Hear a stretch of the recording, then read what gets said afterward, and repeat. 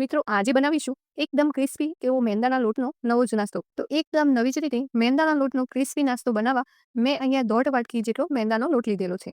અહીં તમે ગણવા રહેલ કોઈ પણ વાટકી કે કપના માપથી મેજર કરી શકો છો. હવે આપણે આમાં અડધી ચમચી જેટલું એટલે કે સ્વાદ અનુસાર મીઠું એડ કરી દઈશું. સાથે જ અડધી ચમચી જેટલા અજમાને આ રીતે હાથેથી ક્રશ કરીને એડ કરી દઈશું. હવે આપણે આમાં 3 ચમચી જેટલું તેલ એડ કરી દઈશું.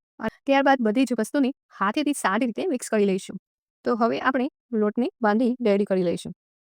મિત્રો થોડું પાણી ઉમેરતા જઈને આ રીતનો થોડો સખ્ત લોટ બાંધી લઈશું. તો હવે આપણે લોટમાં અડધી ચમચી જેટલું ઉપરથી તેલ એડ કરી લોટને સારી રીતે મસળી લઈશું. હવે વણવા માટે આપણે એક પાટલી લઈ લઈશું અને લોટનો લુવો મૂકી વેલણ વડે એકદમ સરસ એવી રોટલી જેવી ગોળાકાર વણી લઈશું. તેને વચ્ચેથી આપણે ચપ્પા વડે આ રીતે એક ઊભો કટ લગાવી દઈશું. ત્યારબાદ એ જ રીતે એક આડો કટ પણ લગાવી દઈશું. તો અહીં તમે જુઓ આ રીતે મેં બધા જ કટ લગાવી દીધા છે. હવે આપણે કટ કરેલા પીસમાંથી એક પીસને આ રીતે રોલ વાળતા જઈશું અને આ પ્રકારનો શેપ આપી દઈશું.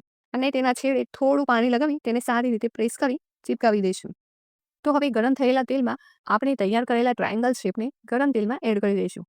તો લગભગ 10 થી 12 મિનિટ જેટલો સમય થઈ ગયો છે અને તમે જોઈ શકો છો એકદમ નવી જ રીતે મેંદાના ટ્રાયેંગલ બનીને તૈયાર છે.